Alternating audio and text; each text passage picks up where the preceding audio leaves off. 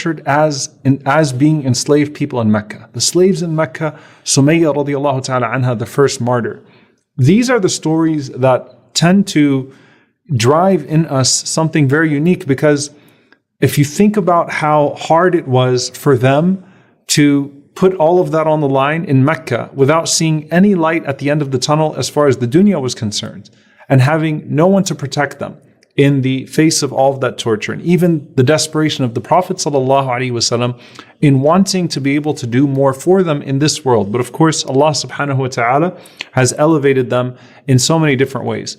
Now, in the case of people like Bilal radiallahu ta'ala anhu and Khabbab radiallahu anhu, they lived a long life and they were honored in this world before the ultimate honor of the hereafter. And so the story continues, and you see them go forth to Medina, and you see them go forth beyond the death of the Prophet ﷺ, even after the death of the Prophet ﷺ.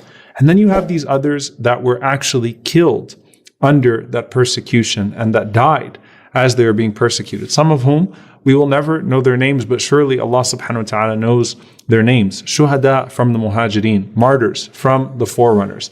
Now I wanted to talk about a few of these people, and they almost all relate to Abu Bakr radiallahu ta'ala anhu. Why? Because Abu Bakr radiallahu ta'ala anhu freed almost all of them.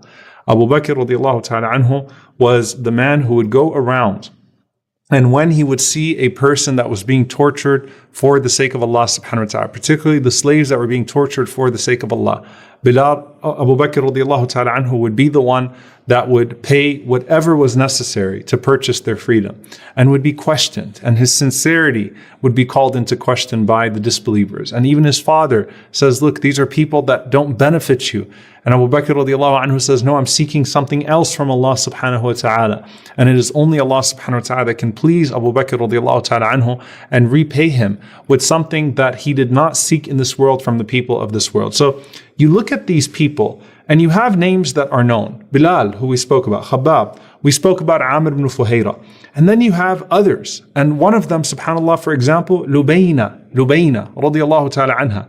Lubayna was the slave girl that Umar ibn al-Khattab radiallahu ta'ala anhu, prior to becoming Muslim, said that I would beat her until I would get tired.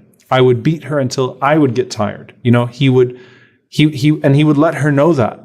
And subhanAllah, Abu Bakr radiallahu ta'ala anhu was the one who purchased her freedom. So later on, we know who Umar radiallahu anhu becomes, and the closeness of Abu Bakr to Umar.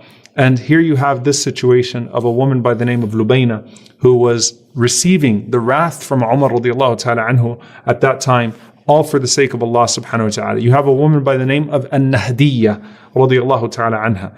And then you have these two that I will speak about today, that have, some particular stories around them, inshallah ta'ala, that can help us appreciate this plight even more. The first one is this woman by the name of Zinnira radiallahu ta'ala anha, and we don't have her last name.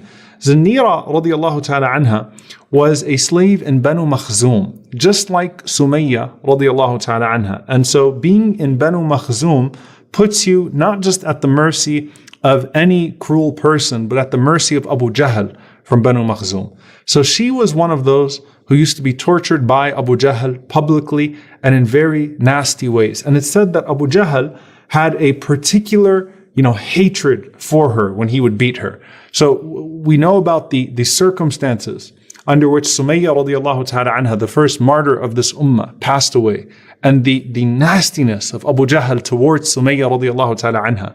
So Zinnira was also one of those who was distinguished in the way that Abu Jahl would torture her. So Abu Jahl was known to uniquely torture her, and there are narrations from multiple people about the unique harassment, and ultimately he beat her until she became blind.